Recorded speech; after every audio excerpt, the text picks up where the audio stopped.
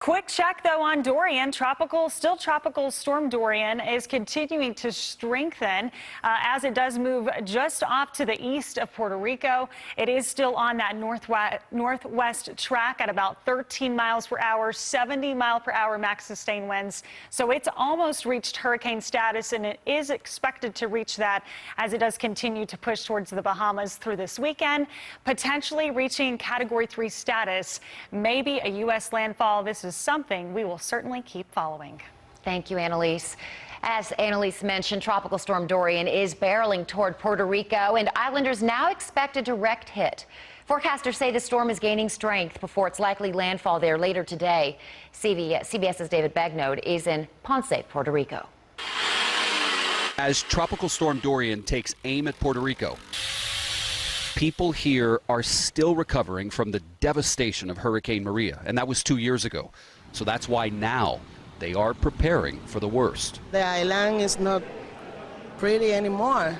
Some people who don't trust the government's preparations have decided to leave. I'm so insecure here with the power, the food, the security. So I'm leaving. Most people are staying. We went to FEMA to find out how ready they are. What gives you confidence that you're better prepared now? I think, first of all, the amount of supplies we have. 2 years after Hurricane Maria, 30,000 homes are still covered with blue tarps, and about 1,000 roads remain impassable around the island.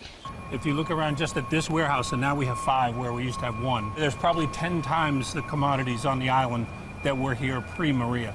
So we've spent the last 2 years learning some lessons and making sure that we're much better prepared. Yesterday, President Trump claimed that Congress approved $92 billion in aid for Puerto Rico after Maria's devastation. That's not true. Congress has only allocated roughly $43 billion. Less than $14 billion of that has actually gotten to the island. Well, learning from what went wrong.